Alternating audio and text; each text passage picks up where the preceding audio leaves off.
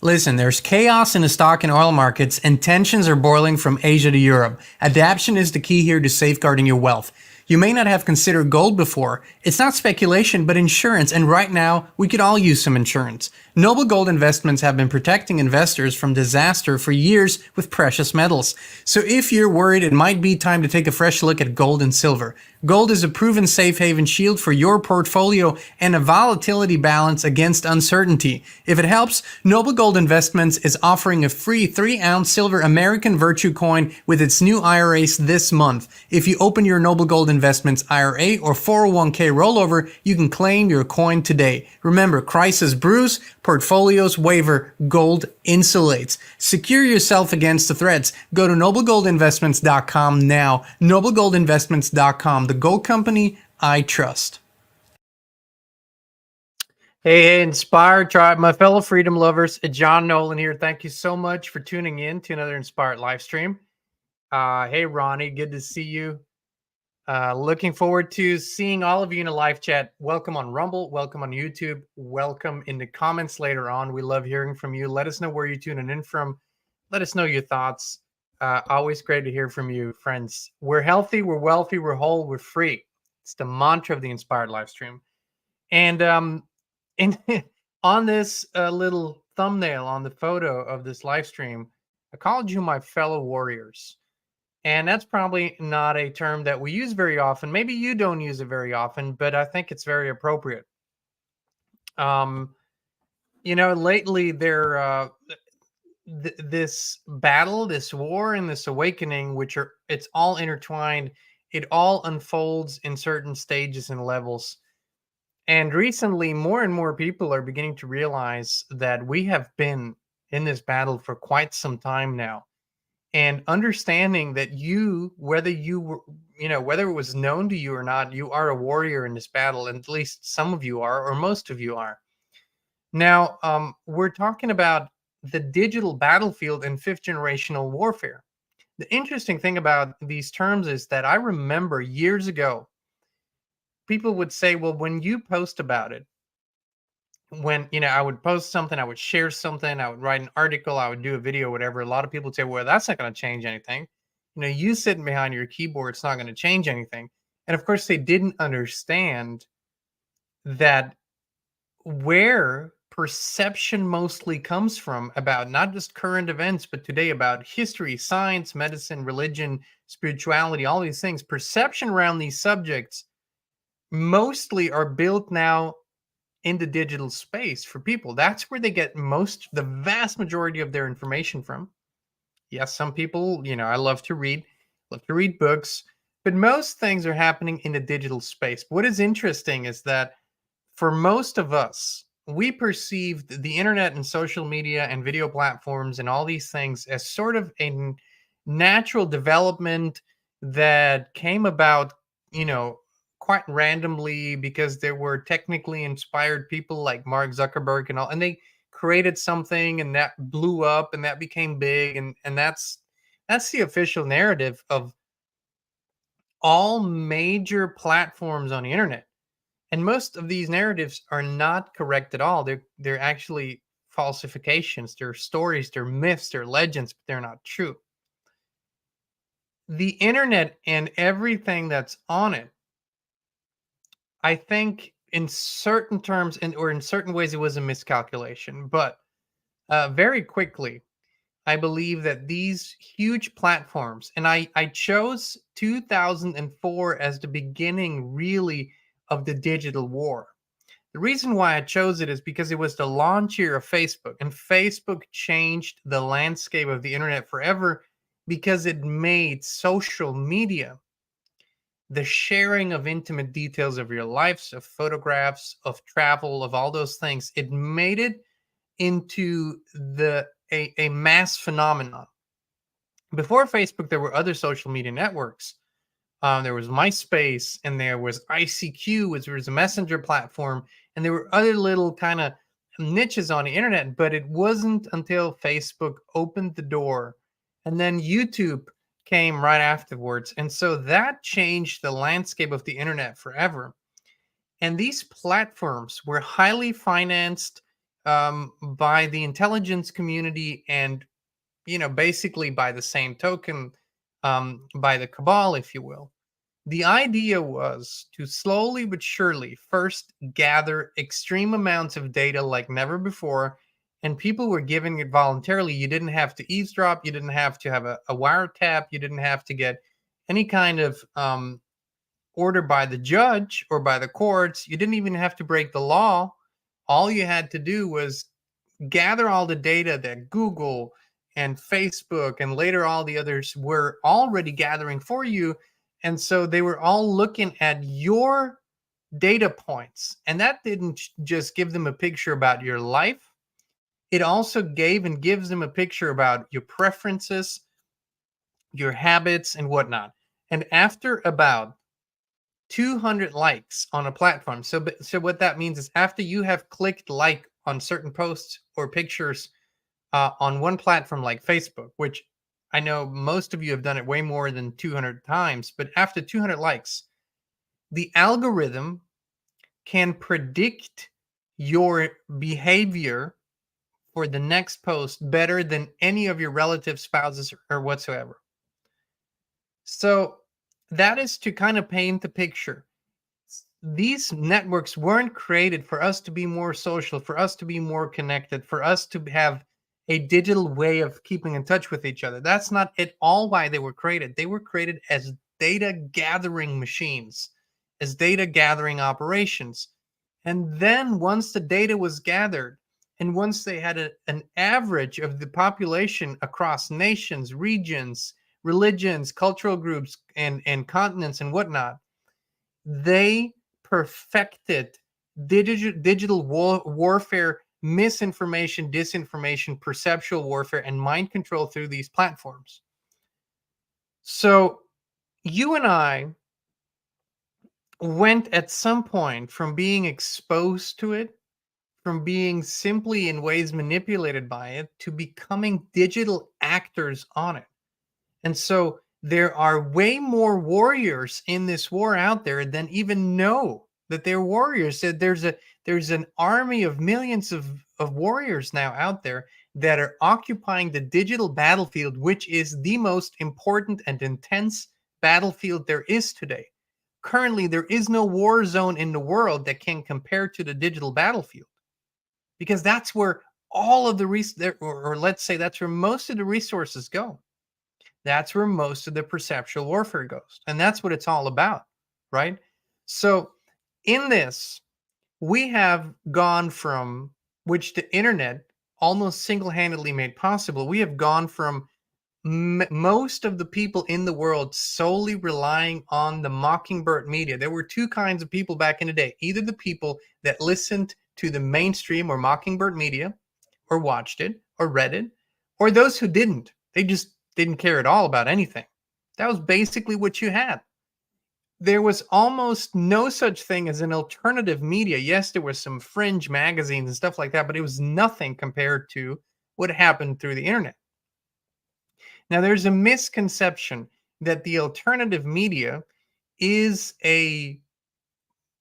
basically a body of channels and magazines and blogs and news platforms that somehow can be boxed together like the mainstream media, and that's not possible at all. I call this um, basically the universe of alternative information, or alternative information universe, AIU, if you will. It's whole different, a completely different approach, but there are various levels in this alternative information universe.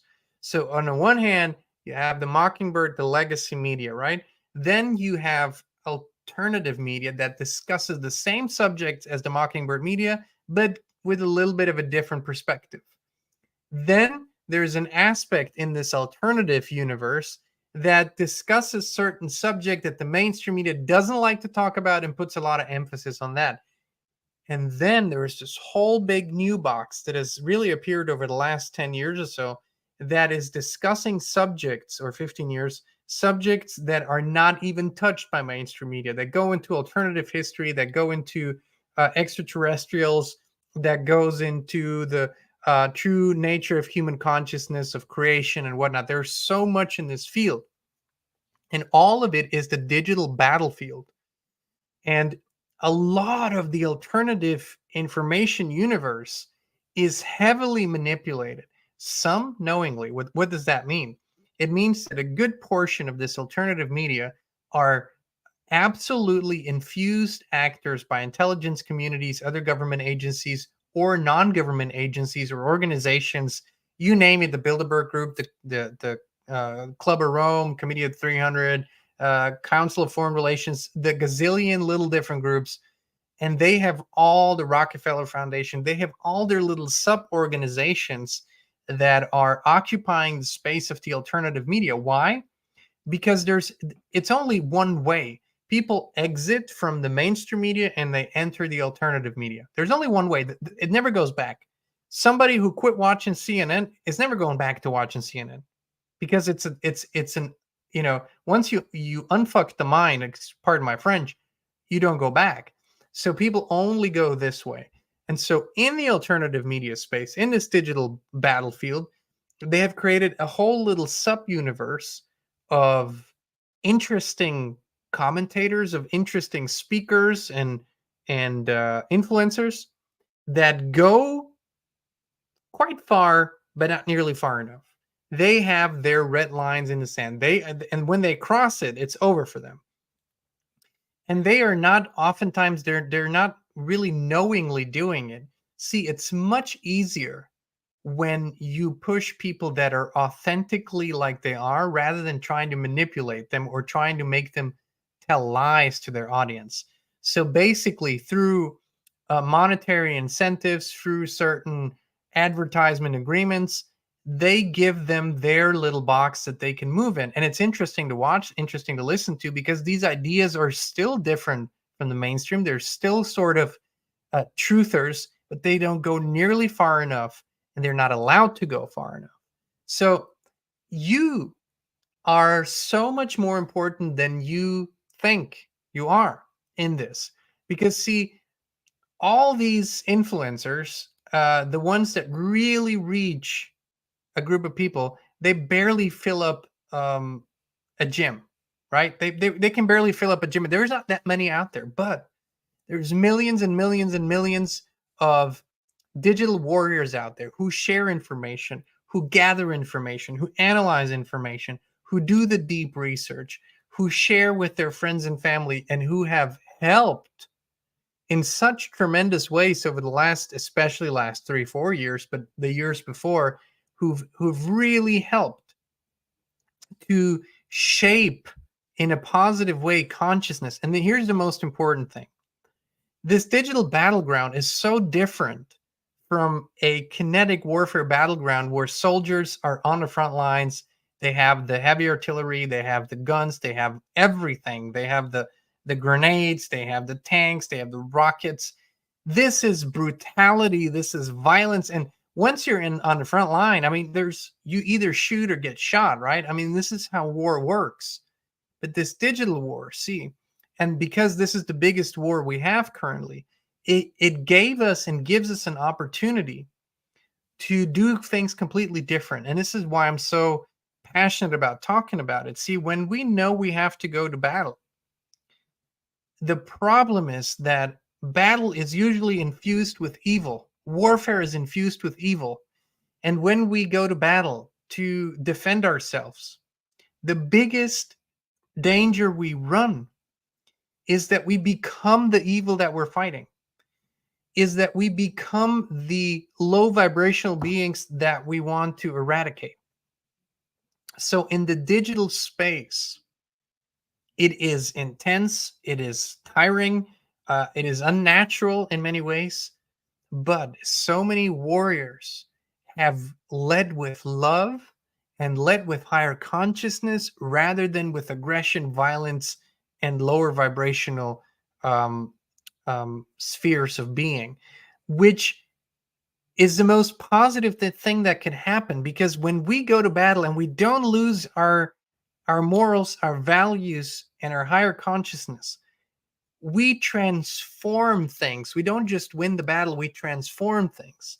And that's why we even decided to stay on the digital battlefield and and do the work that we were called to do. Because this, to me, it's not where naturally I would land. I wouldn't naturally land, um, doing all these digital platforms and doing that, because I'm a nature boy. I love being outside. I love being at the water. I love being in the forest. I love being on horseback. That's where I would land. But this is the battlefield, and we have accomplished together so much through this medium, and we continue to. And the most important thing is that we don't lose our humanity, that we actually keep raising our consciousness and expressing it. We can speak truth, we can show what's there. We don't have to sugarcoat it, but we do it from a higher level of consciousness. And in that we're still becoming the best possible version of ourselves while we're fighting this battle. And this war is far from over, but it will be. There will be a point where we will have won this war, mainly in the digital space. Again, why? Because the numbers only keep increasing. The number of people that are using the internet, that are using social media, that are using video platforms, that are using blogs, news websites, and all the other stuff is only increasing. It's not coming down. What that means is that more people are entering the battlefield. And as I said, it's a battlefield for everyone, whether they're aware of it or not. Just because they think they're going on social media to catch up on the news, they're not catching up on the news. They're entering a battlefield. And in the time span that they're on this battlefield, what they consume, how they react to it, and what they do with that information determines who's winning the war, right? Because there's so many options. You can go so many ways. And whatever information they believe and maybe even share or like or comment on and share with their friends and family, and go out into the world and implement that knowledge, whether it's true or not, into their lives, that's who wins it. It's a war for our minds, it's a war for our perception, and it's a war for our belief systems, right? That's what this war is, what it's really about. And so in many ways, we don't work for an army. We don't have a general that is giving us the orders, but we show up every day. Well, I'm gonna retract that second step. We do have a general that's giving us the orders, but it's the highest general there is. It's infinite consciousness. It's God, the creator, right? But that's what we all do together. And I want to encourage you to continue to show up for this call. I know it's a tiring journey, and I know that because usually we don't see the results on the other side of it. I mean, even us, we have a certain reach. Thankfully, we reach quite a few people every day, but aside from comments, we don't really know what's happening on the other side of the screen.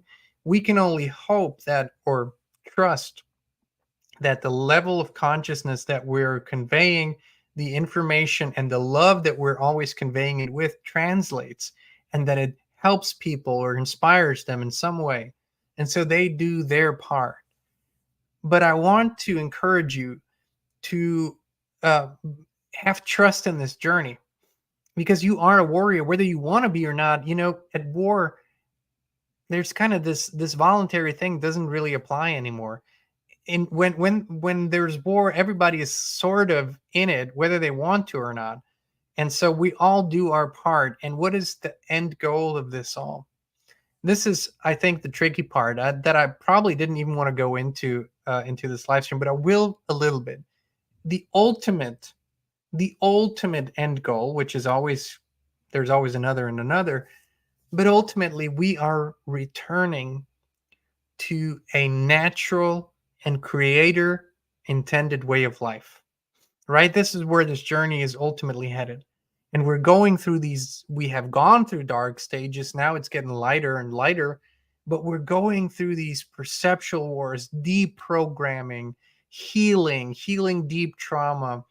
And all of this eventually allows us to see truth, to distinguish truth from lies and falsehood, and to intuitively find the way, find the path back to a way of life that is healthy, wholesome, free, sovereign, and conducive to the whole, right?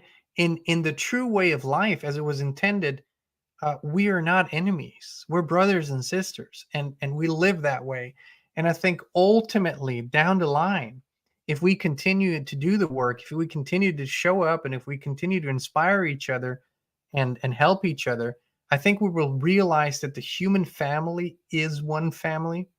That and this is going to sound a lot like what these New World Order folks want, but I'm coming from a completely different place. But ultimately, we will discover that there is a prime culture, a prime way to live, and that we have specific talents and skills, and that we are part of the co-creative process. There's a way to co-create and coexist with each other. Perhaps eventually in the faraway future we will return to a common tongue, a common language, and we will have common visions. We will envision a common goal for the future and together work towards it. We will even have representatives that will probably um, really communicate on a greater level beyond this sphere and this earth with other beings. I think all of this lies in the future, and we're sort of going there, but this cannot happen with a top down approach. We can't be mandated into it or controlled into it. And of course it is all about a complete sovereign decision, a sovereign life. However, I do see a future, and I'm talking hundreds of years, I don't know, but I do see a future where um, we won't have to have borders anymore. Currently, I believe we need them, and we need them currently the way it stands. We need them strict. All for it. But in that future that I envision, that we're all working towards, we won't need them anymore. They're artificial structures, anyways. It won't matter, because we will have eliminated the reasons that we need borders for. We will have eliminated greed. We will have eliminated hardcore war. We will have eliminated uh, this institutional violence. We will have eliminated it by raising our consciousness to higher levels. I see a future where we will have uh, a true a true religion, a true spiritual body of work that is only based in truth. And now we have all these streams, and maybe none of them gets it right, but we will have that stream, and it will be the right one. It will be truth, right? That could be our spirituality. It could be truth. It could be our religion. And we will have, as I said, a way that works for everybody, a way that doesn't exclude people, or where winning is not it doesn't mean that one person gets to win and everybody else loses. It means that it's good for you and good for the highest good of all, right? So all of this I see in the future, and this is why we show up for this every day. This is why I think we need to apply ourselves where we're most effective. And currently, to a large extent, that is still the digital battlefield. We can't leave the battlefield now. We shouldn't, right? As long as we can be here, we will be here. Because when your presence is gone, when your energy is gone from here, what will remain is only that dark energy. When we all pull out, the dark energy will remain, and all the attention of those billions of people will be solely on the dark energy. And we are shifting and shifting and shifting this around. More and more people are jumping on board. Don't believe the numbers. The numbers are all fake. Just yesterday, twice. Okay, I was watching a video yesterday. By the way, which happens rarely. I rarely ever watch videos these days, but I watched a video. I believe it was by Farsight, remote viewing channel that I just recently actually discovered. And so while I was watching the video, you've noticed this on YouTube, maybe the likes and the views, they keep updating every 15, 20 seconds or so, or 30 seconds. I don't know. So it was at about 372 likes, whatever, and boom, the next update was down to 0. I refreshed and it came back 300 and something, and then the next update, it rolled back to 0. With views, I've seen this plenty of times. I could in real time watch them turn back views. So do not trust the numbers. And I'll tell you what is interesting. In recent years, when Christina and I have traveled the country to different states, whether that's Georgia, Florida, Alabama, or Colorado, it doesn't matter. We oftentimes encounter people that know and watch us, right? And watch our channel. But you'd think that from our view numbers, they shouldn't be high enough. They're not high enough for us to kind of get recognized somewhere on the streets, really. But it happens quite frequently now. So don't believe these numbers. And when you find somebody who you really resonate with, who you think is truthful and honest and authentic, oftentimes these people have way higher reach than they could see because the platforms don't let them see it, right? They don't show them. Even when the algorithms can't be suppressed because people manually share, but they roll the numbers back, just like they used to do on the odometers. Remember, they would roll back the odometer, the mile counter, right? The mile odometer, so you had a lower mileage on your car. Don't worry, we got this. We got this, my friends. And last but not least, I think sometimes you can tap yourself on the shoulder and also be proud of yourself for being in this, for continuing even when you think you're not having any impact. You do the biggest impact you can have is when you continually raise your consciousness, continually express truth, and don't allow the hatred and the violence and the anger to consume you. It's normal to get angry on this battlefield with all the crap, with all the lies, with all the manipulation, with all the horror that we oftentimes witness. Of course we get angry. We're humans. Now allow it, right? Allow the anger. In a few minutes it will subside, but don't get consumed by it. That's when we lose. See, the losing part is us becoming like that which we're fighting. Sometimes we can't avoid the fight, but we can avoid becoming like the enemy. Because when we become the enemy, they've already won the war, because that's all they need. All they need is us continually in a lower state. It doesn't matter if we win that particular battle. When we become evil, when we become angry, when we become violent, when we become vengeful, they won. It's simple as that. But when we remain loving, when we remain kind, when we remain inspiring, when we remain joyous, even through some dark days, even through dark things, but we continually and remain connected with our Creator, we win. That's it. That's how we win this battle. And so they're coming up with more and more sophisticated things, more ways to do mind control, spirit control, all that, and shit's not working. And they're desperate. There are many indicators that they are desperate because it's not working. Why? Because nothing, absolutely nothing can defeat the true spirit. Nothing can defeat the true human spirit. Nothing can defeat the divine spark within us when it recognizes itself. Always game over for the dark forces.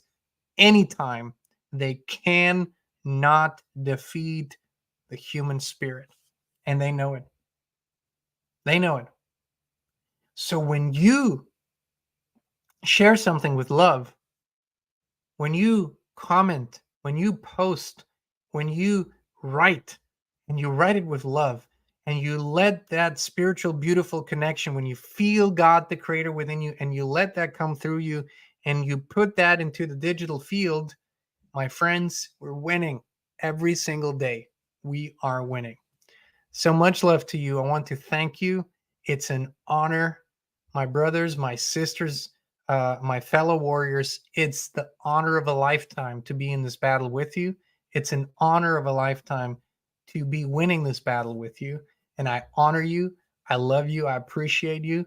And we'll continue to show up every day together. And we will continue to reap the rewards. Much love. Many blessings. I'll talk to you soon.